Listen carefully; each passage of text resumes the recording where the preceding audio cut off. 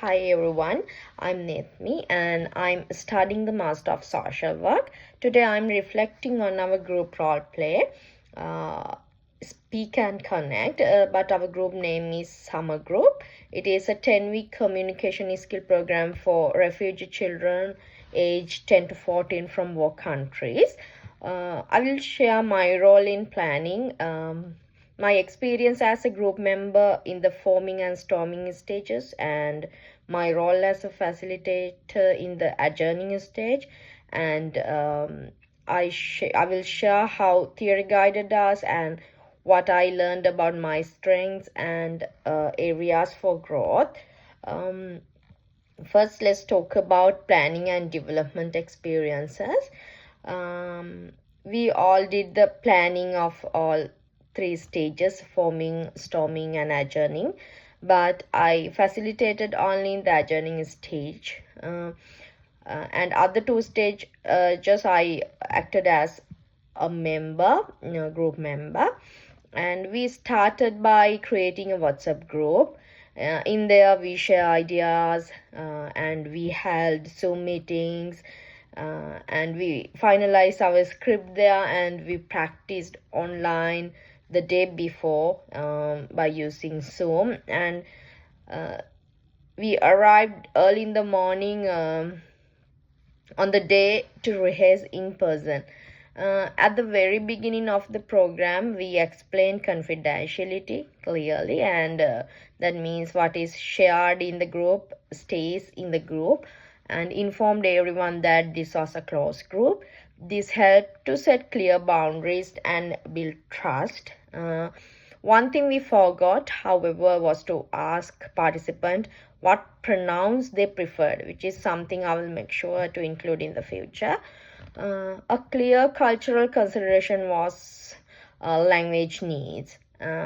Since our fictional group was made up of children from different war affected countries, we asked if anyone needed an interpreter and explained that we could arrange one if they required. And one kid asked whether they can use app for that. Then yeah, we agreed for that. An important ethical consideration was emotional safety. In the storming stage, we acted out a teasing scene where a child mocked another's accent, and a trust game where one participant was blindfolded.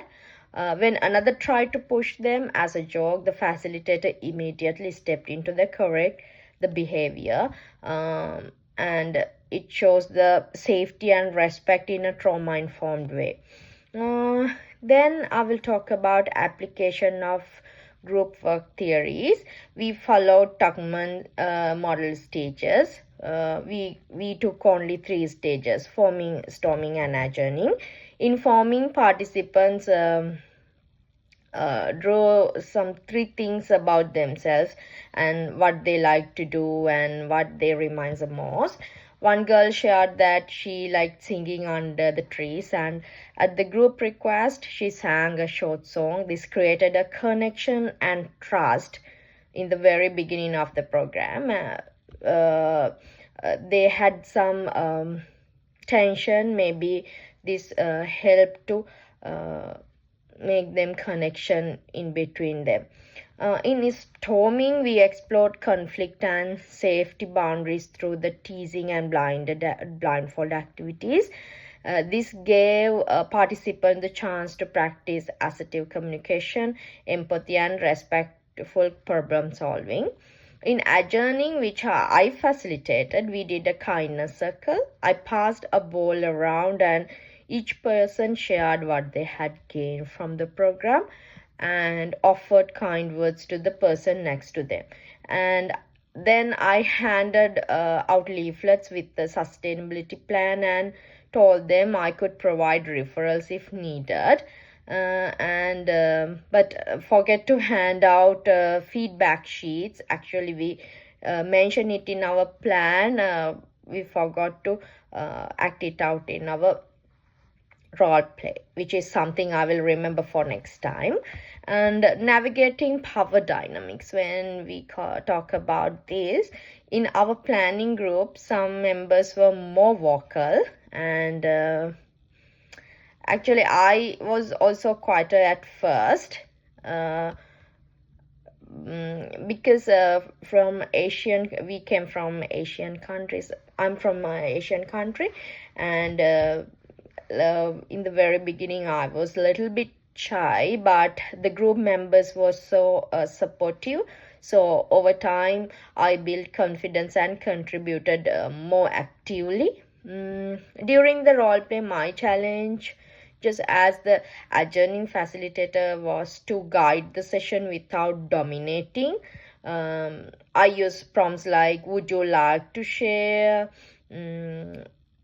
Would you prefer to do this? Like there's any volunteers, to make sure quieter participants also had a voice. This kept participation balanced and inclusive.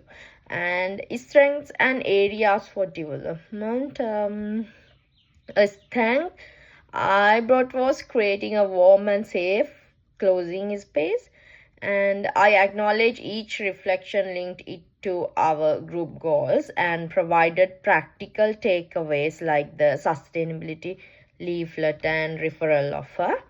This gave both emotional closure and useful next steps. An area I need to improve is my end of session organization. Forgetting the feedback sheet and missing the pronounced introduction reminded me of the value of facilitator checklist. So I can manage both the emotional and practice task. A strength I brought was creating a warm and safe closing space. I acknowledge each reflection link into our group goals and provided practical takeaways like the sustainability leaflet and referral offer. This gave both emotional closure and useful next steps. An area I need to improve is my end of session organization. Forgetting the feedback sheet and in the beginning we missed the pronouns introduction reminded me of the value of a facilitator checklist. So I can manage both the emotional and practical task more easily if I have the checklist with me. And this role play showed me how theory can be applied in practice, how to build trust, empathy, address conflict safely, and close a group in a way that empowers participants. Facilitating the adjourning stage gave me insight into ending a program on a positive note, while providing tools for the future. I will take these skills forward into my social work practice, especially with refugee and vulnerable children. Thank you.